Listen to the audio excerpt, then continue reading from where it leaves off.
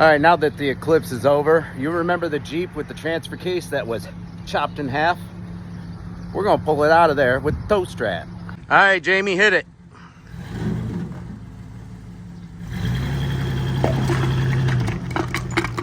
Well, we got the drive shaft.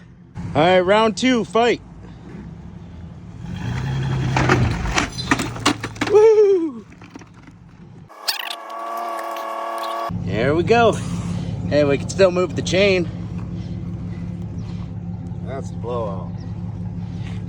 That's the blowout, buddy. This happened going down the highway, coming to a stoplight, slowing down, a little bit of a funny noise, and then nothing.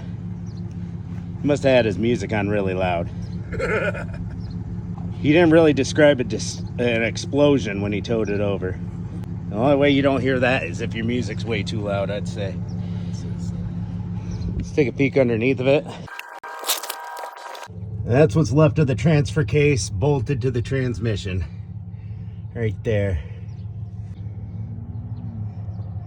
Pretty wild.